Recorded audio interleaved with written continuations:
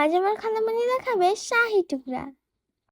অনেকেই অনেকভাবে শাহী টুকরা বানায়। আজ দেখাবো আমি কিভাবে বাসায় শাহী টুকরা বানাই।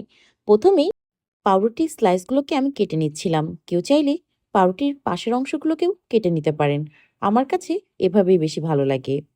একে একে সবগুলো পাউরুটি স্লাইস আমি কেটে নিয়েছিলাম।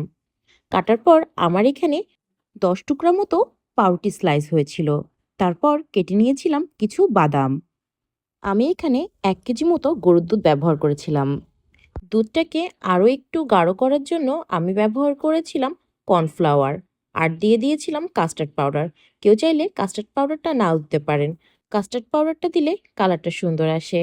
তারপর দিয়ে দিয়েছিলাম 2 চামচ মতো গুঁড়া দুধ, দিয়ে তাতে দিয়ে দিয়েছিলাম চিনি। তারপর দুধটাকে জাল দিয়ে আমি একটু ঘন করে নিয়েছিলাম।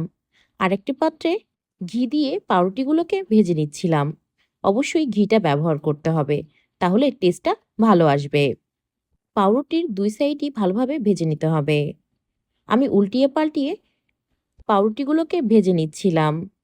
গোল্ডেন কালার হলে উঠিয়ে ফেলতে হবে। আমি একে একে সবগুলো পাউরুটির স্লাইসগুলোকে ভেজে নিয়েছিলাম। পাউরুটিগুলো গরম থাকা অবস্থায় দুধের মধ্যে দিয়ে দিতে হবে, তাহলে খুব তাড়াতাড়ি পাউরুটিগুলো সফট হয়ে আসবে। আমি উপর দিয়ে দিয়ে দিয়েছিলাম কিছু বাদাম, কেউ চাইলে স্কিপ করতে পারেন। 1 ঘন্টার জন্য রেস্টে রাখতে হবে ফ্রিজে, তাহলে পাউরুটিগুলো আরও বেশি সফট হয়ে যাবে। সবাইকে ধন্যবাদ আমার খালামণির রেসিপি দেখার জন্য।